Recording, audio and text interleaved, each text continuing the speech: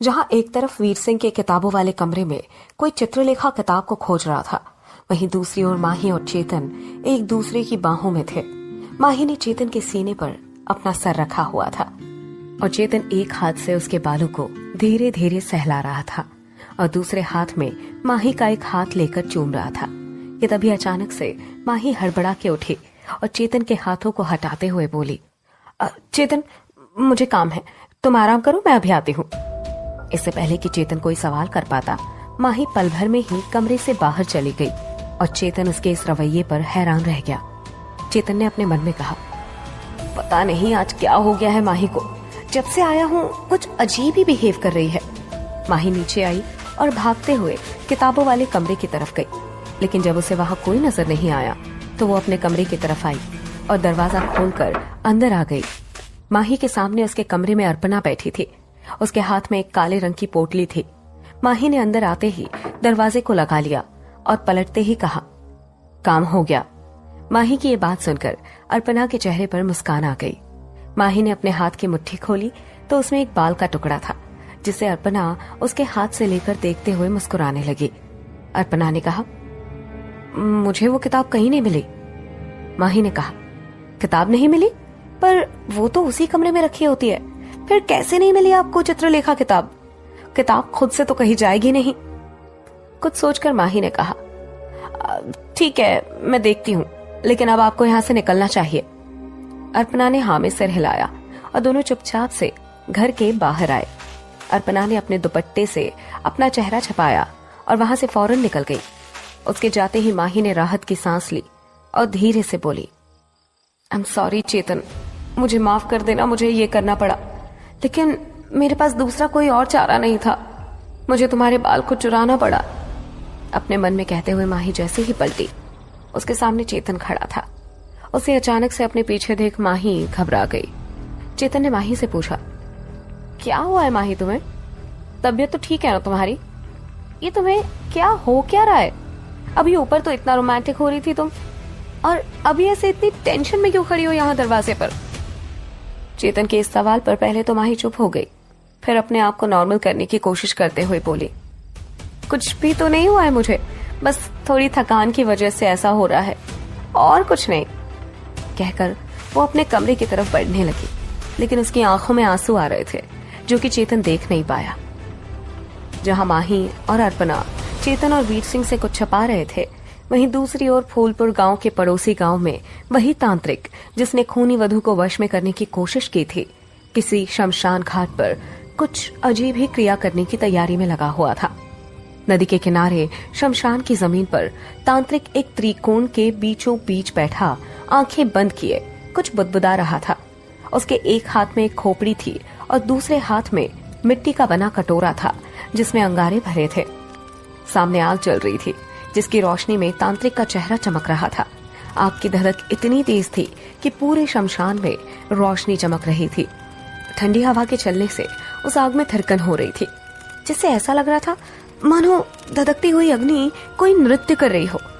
तभी उसने अपनी आंखें खोली तो उसकी आंखों में आग और गुस्से की ऐसी लालिमा थी जैसे आंखों में खून तैर रहा हो। तांत्रिक ने अंगारों से भरे उस कटोरे को आग में डाल दिया और फिर अपने दोनों हाथ में उस खोपड़ी को उठा जोर से चिल्लाकर बोला, खूनी वधू, आज तेरा नाश निश्चित है।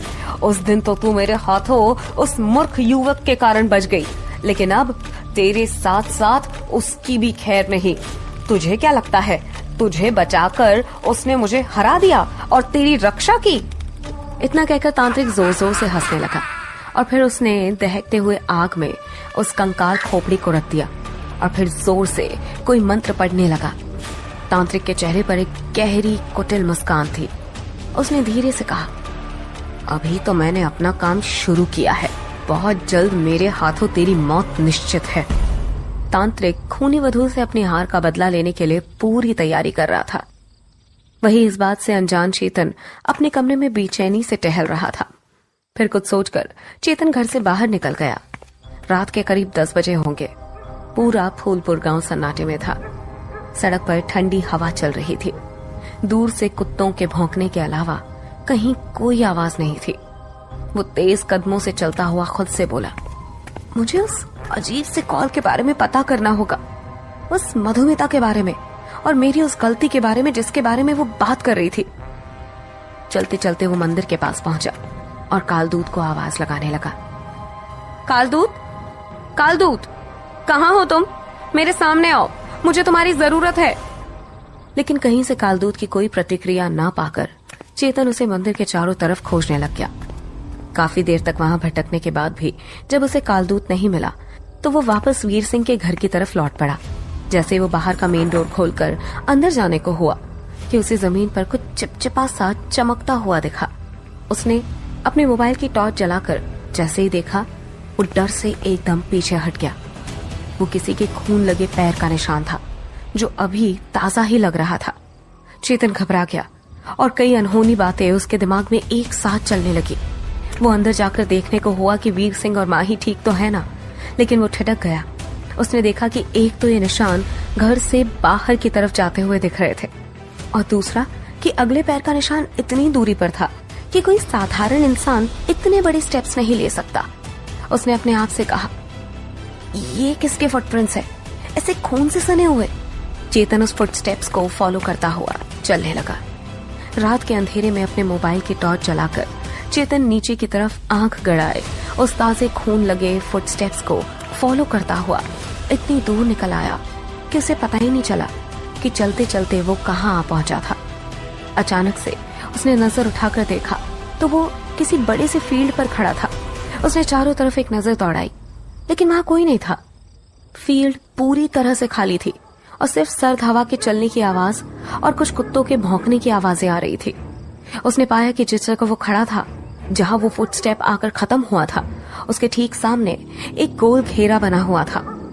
चेतन आगे बढ़ा और मोबाइल के टॉर्च की रोशनी वहां डाली तो एक छोटे से गड्ढे से ढेर सारी काली छोटी बड़ी चींटियां बाहर निकल रही थी।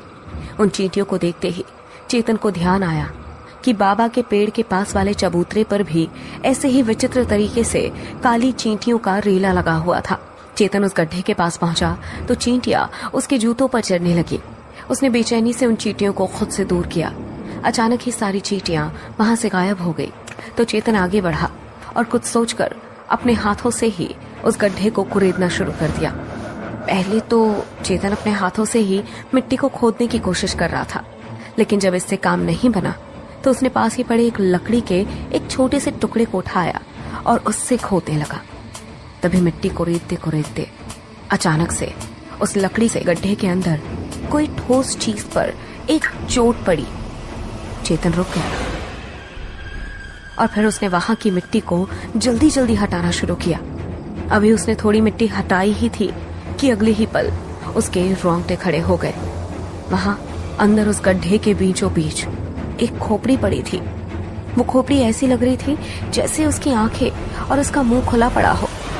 हड़बड़ाकर चेतन पीछे की तरफ लुढ़क गया, लेकिन उसने अपनी सांसों को कंट्रोल किया और संभालते हुए उसने उस पर अपने मोबाइल के टॉर्च से फ्लैश मारा।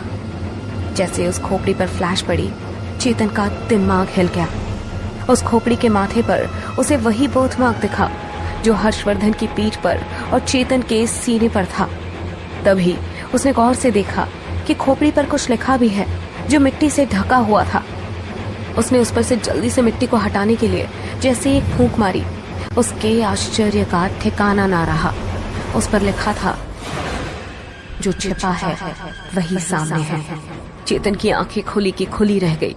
उसने खोपड़ी को अपने हाथ में ले लिया और आगे पीछे पलट कर देखने लगा, लेकिन उस बर्थमार्क और एक लाइन के अलावा उस खोपड़ी पर कुछ भी नहीं था।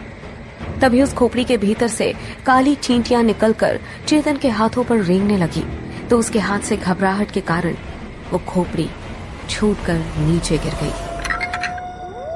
चेतन पीछे की ओर हटा और तेजी से दौड़ता हुआ वहां से भागने लगा। सियारों के रोने की आवाज से रात का सन्नाटा भंग हो रहा था और चेतन भागता ही जा रहा था कि तभी उसके पास से एक ठंडी हवा होकर गुजरी तो उसके कदम ठिठक गए। हाँफते हुए चेतन ने चारों तरफ देखा। अगले ही पल उसे रात की रानी के फूलों की खुशबू का एहसास हुआ तो वो चौकन्ना खड़ा हो गया। अंधेरे में उसे अपने सामने किसी की परछाई नजर आई तो चेतन ने धीरे से कहा, चित्रलेखा, क्या तुम हो यहाँ? चेतन के सवाल पर खूनी वधू के पायलों की आवाज आई जो चेतन की ओर ही बढ़ रहे थे। खूनी वधू चेतन के पास आकर रुकी तो उसके चेहरे पर एक कातिलाना मुस्कुराहट थी, जिसे देख पहले तो चेतन हैरान हुआ, लेकिन फिर उसने सवाल किया, क्या हुआ? क्या तुम मुझे कुछ बताने आई हो? उसके इस सवाल पर खूनी वधू की मुस्कुराहट और भी बढ़ गई और वो चेतन के चारों तरफ घूमते हुए उसे देखने लगी। उसके चेहरे पर एक अलग ही चमक थी, जिससे उसकी खूबसूरती दुगनी हो रही थी। उसके माथे पर लगी लाल बिंदी और चमकती हुई माथा पट्टी के बीच उसके काले लहराते बाल चेतन का ध्यान अपनी ओर खींच रहे थे। तभी उसने पीछे से चेतन के कंधे पर हाथ रखा और उसके कानों के पास आकर धीरे से बोली, चेतन, मेरे साथ आओ। उसकी आवाज सुनकर चेतन पीछे मुड़ा और उसके पीछे पीछे जाने लगा। खूनी वधू का दुपट्टा हवा में लहरा रहा था और चेतन उसके पीछे चला जा रहा था। खूनी वधू से लेकर अपनी उसी खंडहर वाली हवेली पर आई। हर तरफ गहरा सन्नाटा था। पायलों की छन छन और हवा के कारण मंदिर की घंटियों की आवाजें आ रही थी और चेतन बिना सोचे खूनी वधू के पीछे चला जा रहा था। हवेली के पास पहुंचते ही चेतन रुक गया तो खूनी वधू पीछे मुड़ी और मुस्कुराते हुए बोली, क्या हुआ चेतन, अंदर आओ। चेतन ने कहा, लेकिन तुम मुझे यहाँ क्यों लेकर आई हो? क्या बताना चाहती हो तुम मुझे?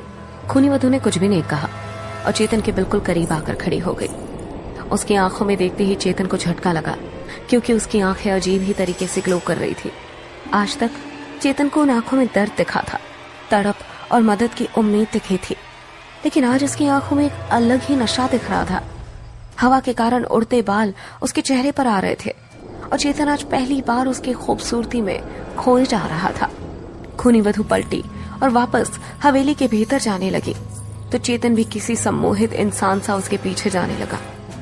खूनी वधू के पायलों की आवाज हर तरफ गूंज रही थी और हवाएं हवेली के भीतर के अधजले पर्दों को उड़ा रही थी। खूनी वधू उसे कमरे के पास आकर रुक गई, जो भूतकाल में चित्रलेखा का कमरा हुआ करता था। चेतन भी चुपचाप से वहां आकर रुक गया तो खूनी वधू उसे लेकर कमरे के भीतर आ गई। उसने उसके हाथ को पकड़ा और सामने पड़े बिस्तर पर धकेल दिया। अगले ही पल खूनी वधू की आंखें चमकी तो बिस्तर पर गिरा चेतन एकदम से होश में आया और घबरा कर उठ बैठा। अपने सामने खूनी वधू को देख और खुद को हवेली के भीतर देख चेतन बुरी तरह से चौंक गया और बोला, ये यहाँ क्यों लेकर आई हो मुझे? क्या बात है, तुम ऐसे क्यों? चेतन अपनी बात पूरी करता कि खूनी वधू हंसने लगी और चेतन के बिल्कुल करीब आकर उसकी आंखों में देखते हुए बोली, गलती का भुगतान तो करना पड़ेगा ना चेतन। इतना कहते ही खूनी वधू के आंखों का रंग खून सा लाल हो गया और उसके चेहरे के भाव बदल गए। जहां एक पल पहले वो मुस्कुरा रही थी, वहीं अब उसके चेहरे पर गुस्सा नजर आ रहा था। उसके बाल हवा में लहराने लगे और कमरे में रखी चीजें हवा में उड़कर जमीन पर गिरने लगी तो चेतन इससे सहम गया और घबराते हुए बोला, चित्रलेखा, क्या हुआ है? अपना गुस्सा शांत करो। देखो, मैं चेतन हूँ। चित्रलेखा, तुम क्यों ऐसे गुस्सा हो रही हो? लेकिन चेतन के सवाल खूनी वधू पर कोई असर नहीं डाल रहे थे, बल्कि उसका गुस्सा और भी ज्यादा बढ़ रहा था। उसके चेहरे पर एक तेज चमक आ रही थी। उसने चेतन को जैसे ही पकड़ा, चेतन फिर से अपने होश खो बैठा और उससे सम्मोहित हो गया। खूनी वधू ने उसे वापस से बिस्तर पर धक्का दिया तो चेतन गिर पड़ा। चेतन, जो इस वक्त अपने होश में नहीं था, उसे ऐसे देख खूनी वधू जोर जोर से हंसने लगी। क्या करने वाली है खूनी वधू चेतन के साथ? क्या चेतन को मारना चाहती है खूनी वधू? क्या है खोपड़ी पर बने बर्थमार्क का राज और क्या कर रहा है तांत्रिक? जानने के लिए सुनते रहिए खूनी वधू, सिर्फ